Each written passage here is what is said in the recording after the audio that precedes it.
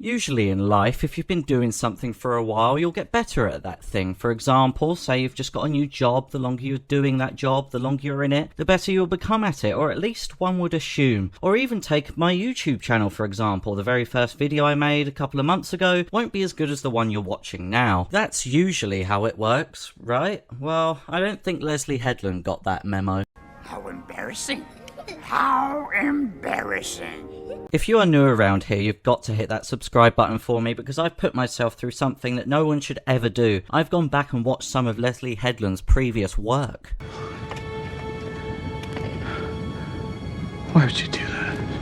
I know, but guys, listen, I'm okay. It only cost me a small heart attack, a mental breakdown, and a brain transplant. I needed one of those because of the amount of brain cells I lost. But other than that, I'm alright. So I went back and watched and analysed The Bachelorette, Sleeping with Other People and Russian Doll, which Leslye Headland was the showrunner for. I'm astounded to see the same recurring failings in each of the projects that she has worked on, repeated in The Acolyte, and that's what we're going to rip apart and examine in this video.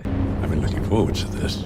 First, let's talk about the convoluted and gimmicky plot of The Acolyte. This series is smothered with unnecessary exposition. The plot jumps between characters and timelines without any clear direction. It's a complete narrative disaster. This problem isn't exclusive to The Acolyte, and it's apparent in Leslye Headland's other work. In Russian Doll, there was this time loop gimmick which wore thin very quickly. Instead of focusing on actual character development, it became a repetitive, convoluted mess. The Bachelorette has no real plot to it. It's more like a collection of random events than a cohesive story. Sleeping with Other People tries to be a fresh rom-com, but it's predictable and clichéd. No real surprises, just a boring romantic comedy that you've seen over and over again. This is bad because viewers want a story they can follow and connect with. Convoluted plots make it difficult to understand what's happening, let alone care about the characters. When a story relies on gimmicks instead of substance, it fails to engage the audience on any meaningful level. Convoluted and gimmicky plots frustrate and alienate viewers, making them feel like they're wasting their time on an incoherent mess. The Acolyte can't decide if it wants to be dark and serious or light and adventurous. Remember that stupid, out-of-place running joke that Leslye Headland's wife kept making during the show? That stupid joke about being travel sick?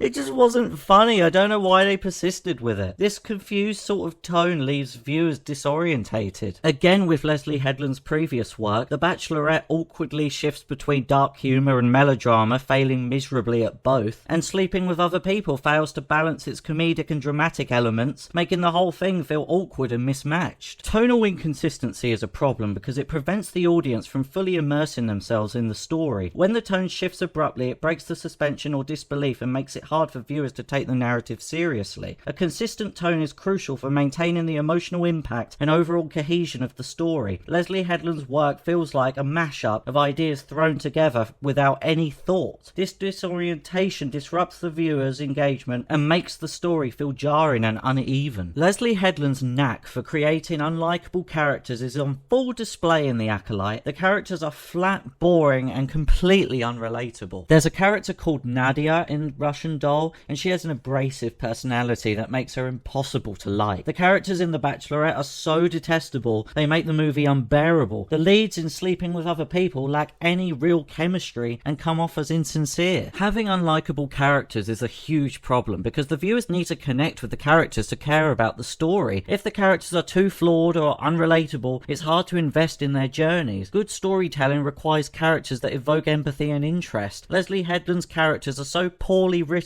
that you end up not caring whether they succeed or fail. This disconnect means that viewers have no reason to keep watching. When it comes to exploring themes, The Acolyte is laughably shallow. It offers nothing more than surface level nonsense. This is apparent in Leslye Headland's other work as well. Russian Doll drowns itself in philosophical babble without offering any real insight. The Bachelorette plays lip service to the themes of friendship and redemption, overshadowed completely by crude humour. Sleeping with Other People glosses over serious issues like sex addiction and personal growth, providing no substantial depth to it. Only exploring themes on a surface level is bad because it makes the story feel empty. Viewers want stories that explore themes deeply and meaningfully. When themes are only touched on superficially, it leaves the audience feeling unfulfilled and disappointed. It's like skimming the surface of a lake without ever diving in to see what's underneath, or watching a cake being made and never being able to eat it.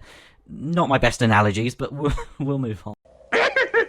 Finally, let's talk about Leslye Headland's self-indulgent storytelling. It was evident in The Acolyte, and it was evident in Leslye Headland's previous projects as well. Russian Doll sacrifices coherence for style, leaving viewers with a hollow, frustrating experience. The Bachelorette is more interested in shocking audiences than telling a coherent story. Sleeping with other people feels forced and insincere, detracting from the narrative's authenticity. Self-indulgent storytelling is a problem because it prioritizes the creator's whims over the audience's experience. When the writer cares more about imposing their worldview on the audience than telling a coherent narrative, it alienates as well as frustrates viewers. All of Leslye Headland's past work feels like vanity projects with no regard for the audience. The Acolyte is a masterclass in how not to make engaging content. It suffers from convoluted plots, pacing disasters, tonal inconsistencies, unlikable characters, shallow themes, and self-indulgent storytelling. These are the same recurring flaws that have plagued